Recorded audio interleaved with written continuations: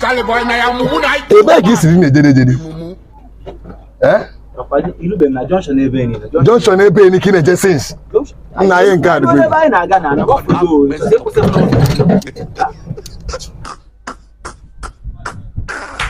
Ya now. Na ebe aka mmejere be nwoke m. Ebe aka mmejere be. Ma na chọrọ iwere ego gị na. Ebe aka mmejere be dị anyị. Si ebe lugo na aga. Then Junction ebe this Junction na nketa ilu ebe ni nketa si n'aka nne ebe aka nna. Da nwoke m maritu ebe ọsọ na agbata. Ọmụ aka na matari ya. Ọga ka maritu ebe ọsọ fọ tukọ dị kichara na egwu wa bịa. Na ọrụ ijibe egwu egwu kita. Na na-ekwe nke a. Ijibe egwu egwu kita. Jesus. Na na-ekwe ka mmadụ ahụ. Jesus, sorry. Amma ikeke na Sorry.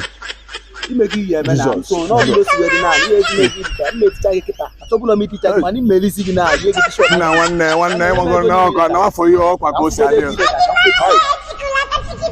afọ ego nweta ata ahụ na nwanne ọkwa ka o si adị nwanne ya beje nwanne gị ife na mo iso nwanne God have mercy upon us. One phone ga wali phone ọzọ dị ebe a mgbe nwekwa akpọ kekewe nwanne bana keke gị ma gbali gị si na nwanne ihe mezi nwanne gị ife biko nwanne ma merụ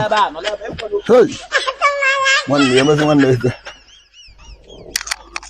ọkwara onye ọrụ